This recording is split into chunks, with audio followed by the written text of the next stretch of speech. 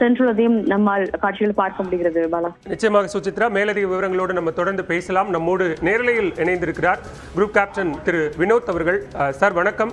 ஒரு சோக நிகழ்வு இன்றைக்கு அரங்கேறி இருக்கிறது. போயிங் 787 ட்ரீம்லைனர் விமானம் 242 பயணிகளோடு விபத்திற்கு உள்ளாகி அதில் யாரும் உயிர் பிழைத்திருக்க வாய்ப்பில்லை அப்படிங்கிற ஒரு சூழல் உருவாகி இருக்கிறது. உங்களுடைய அனுபவத்தின் அடிப்படையில் இந்த விபத்து குறித்த கருத்துக்கள்.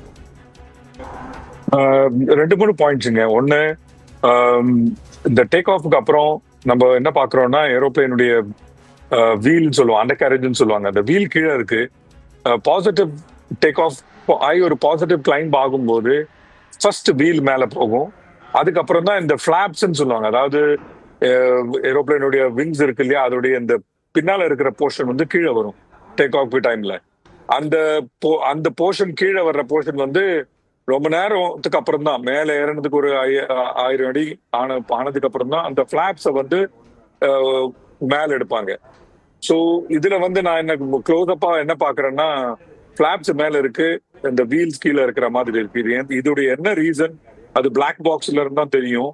அதுக்கு முன்னால் அவங்க மேடே கால் வேற கொடுத்துருக்காங்க. மேடேன்னு சொன்னா அவங்க வந்து ப்ராப்ளத்துல இருக்காங்க அப்படின்னு குறிப்பா ஏடிசிக்கு சொல்லியிருக்காங்க. ஸோ அந்த மேடே அந்த கால் கொடுக்கறதுக்கு காரணம் என்ன, அதுவும் நம்மளுக்கு பிளாக் பாக்ஸ் எடுத்தாதான் தெரிய முடியும். ஆனா பிரைமா ஃபேசி இது ஆகிறதுக்கு 2 ரீசன் தான். ஒன்னு, லிஃப்ட் லாஸ், அதாவது அந்த லிஃப்ட் மாதிரி இருக்கு இல்லையா, அந்த பிளாப்ஸ் மேல போனதுனால ஏரோப்ளேன் கீழே வருது. ரெண்டாவது வந்து 2 இன்ஜினும் லாஸ். ஒரு இன்ஜினும் லாஸ் ஆனாலும் இந்த ஏரோப்ளேன் ஒரே இன்ஜின்ல அப்படியே டேக் ஆஃப் பண்ணி லேண்ட் பண்றதுக்குரிய கேப்பபிலிட்டி இந்த ஏரோப்ளேன்ல இருக்கு. 787லயும் இருக்கு. எல்லா 2 இன்ஜின் ஏரோப்ளேன்லயும் சிங்கிள் இன்ஜின்ல மேக்ஸ் லோட்ல டேக் ஆஃப் பண்ற கேப்பபிலிட்டி இருக்கு. அந்த மாதிரி தான் டிசைன் பண்ணிருக்காங்க. இந்த 2 இன்ஜின் கொடுக்கறதுக்கு காரணம் என்னன்னா, இந்த மாதிரி டேக் ஆஃப் லேண்டிங் டைம்ல ஏதாவது ப்ராப்ளம் ஆச்சுன்னா பயணிகளுக்கு ஒன்றும் ஆகக்கூடாது. அந்த மாதிரி தான் இதனுடைய டிசைன் பிலாசபியே. எல்லாமே இந்த ஏரோப்ளேன்ல மினிமம் 2 இல்ல 3 ஹைட்ராலிக் வந்து 3 ஹைட்ராலிக்.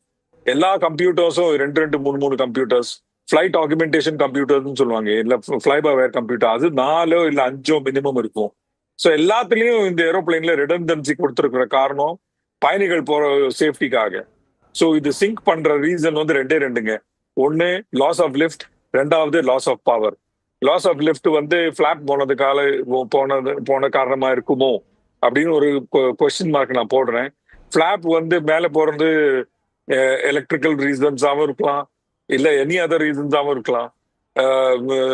இந்த என்கொயரி ஸ்டார்ட் பண்ணும்போது ரீசன் வந்து அவங்க எலிமினேட் பண்றது சபட்டாஜ்னு சொல்லுவாங்க. அந்த ரீசனை தான் முதல்ல எலிமினேட் பண்றது. ஸோ அந்த ரீசனும் இருக்க வாய்ப்புண்டா அப்படின்னு ஒரு கேள்வியும் நான் விட்டுட்டு போறேன். ஏன்னா இந்த மாதிரி ஒரு சேஃபான ஏரோப்ளேன் இது வந்து 737 மேக்ஸ் கிடையாது. இது 787 ட்ரீம் லைனர், 787-8. இது வந்து 11 வருஷம் தான் இந்த ஏரோப்ளேனுக்கு பழக்கம். ரொம்ப நியூ ஏரோப்ளேன்.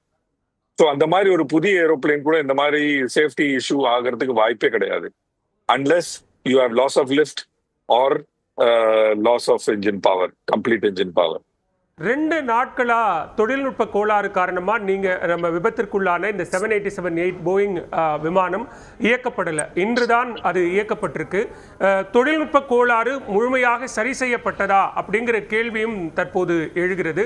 அது சரி செய்யப்பட்ட பிறகாக முன்கூட்டியே நடைபெறுகிற அத்தனை பரிசோதனைகளும் நடைபெற்றுத்தான் விமானம் இயக்கப்பட்டுச்சு அப்படின்னா புறப்பட்ட சில நிமிடங்கள்ல விபத்திற்குள்ளாவது அப்படிங்கிறது என்னவா இருக்கும்? What I want to tell you is 2 important bullet pointing. Loss of lift and loss of engine power. இதோடைய காரணங்கள் தான் நம்மளுக்கு இப்போ மேஜரா இப்போ என்கொயரி மூலியமா வரப்போறது. இது வந்து ஒரு அசாதாரண ஒரு ஆக்சிடென்ட். இது சாதாரணமான ஆக்சிடென்ட் ஆகிற வாய்ப்பே கிடையாது. ஏன்னா இவ்வளவு ரிடண்டன்சி இருக்கு, அதனால இது ரொம்ப அசாதாரணமான ஒரு ஆக்சிடென்ட். இதுல வந்து ஸ்பெகுலேஷன் பண்றது கொஞ்சம் டிஃபிகல்ட். நான் ஒரு ஏர்கிராஃப்ட் ஆக்சிடென்ட் இன்வெஸ்டிகேட்டர் வேற. ஸோ எனக்கு video evidence and flight data evidence இது 2மே ஒரு முக்கியமான எவிடன்ஸ். ஃபிளைட் டேட்டா எவிடன்ஸ் என் கையில இல்லை, ஆனா என் வீடியோ எவிடன்ஸ் என் கையில இருக்கு. ஏன்னா நம்ம இப்போ ஸ்கிரீன்ல பாக்குறோம் பாருங்க, அதுல ரொம்ப கிளியரா தெரியுது இந்த வீல்னு சொல்றது மேல போகல, அண்ட் ஃபிளாப் வந்து நான் விஷுவலா பார்க்கும்போது ஃபிளாப் மேனா போற மாதிரி இருக்கு. அதோடைய ரீசன் என்ன, அது இந்த என்கொயரியில தான் பார்த்து அதை வந்து டிட்டர்மைன் பண்ண முடியும். அதுக்கு முன்னால இது எப்படி ஃபிளாப் மேல போச்சு, எப்படி லாஸ் ஆஃப் லிஃப்ட் ஆச்சு, இல்ல 2 என்ஜினும் ஃபெயில் ஆச்சா, இது ரெண்டுத்துக்கும் பதில் நம்மளுக்கு அந்த ஃபிளைட் டேட்டா ரெக்கார்டர் எடுத்ததுக்கு அப்புறம் தான் தெரியும். அதோடைய எடுத்த உடனே டிஜிசிஏ வந்து இந்த ஃபர்ஸ்ட் ஒரு ஸ்டேட்மெண்ட் போட்ட மாதிரி இன்னொரு ஸ்டேட்மெண்ட் இன்னைக்கு சாயங்காலம் இல்லை நாளை வரை நம்மளுக்கு இந்த இன்ஃபர்மேஷன் கிடைச்சிருங்க. வினோத் சார், நம்ம பேசிக்கிட்டு இருக்கிற இந்த நேரத்திலேயே விமானத்தில் பயணித்த யாரும் உயிர் பிழைக்கவில்லை. விமானிகள், கேபின் க்ரூ, பயணிகள் என 242 பேரும் உயிரிழந்ததான ஒரு தகவல் அதிகாரப்பூர்வமாக கிடைக்கப்பெற்றிருக்கிறது. இந்த ஒரு சோக செய்தியையும் நம்ம பார்க்கிறோம். விமானத்தில் பயணித்த 242 பேரும் உயிரிழந்திருக்கிறார்கள். அப்படியான ஒரு தகவல் என்பது முதற்கட்டமாக கிடைக்கப்பெற்றிருக்கிறது. விமானத்தினுடைய முழுமையான பாகங்கள் முற்றிலும் எரிந்து உருக்குலைந்து சேதமான நிலையில விமானத்தில் இருந்த யாரும் உயிர் பிழைத்திருக்க வாய்ப்பில்லை அப்படிங்கிற ஒரு தகவலையும் நம்ம பார்க்கிறோம்.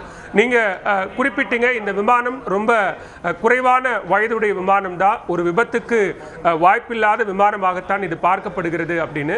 விமானத்தினுடைய வால் பகுதி அப்படிங்கிறது இன்னும் மிச்சம் இருக்கக்கூடிய அந்த காட்சிகளையும் நம்மால் பார்க்க முடிகிறது. எனவே அதன் மூலமாக நம்ம விபத்துக்கான காரணத்தை விரைவில் தெரிந்து கொள்ள முடியும் அப்படின்னு பார்க்கலாமா?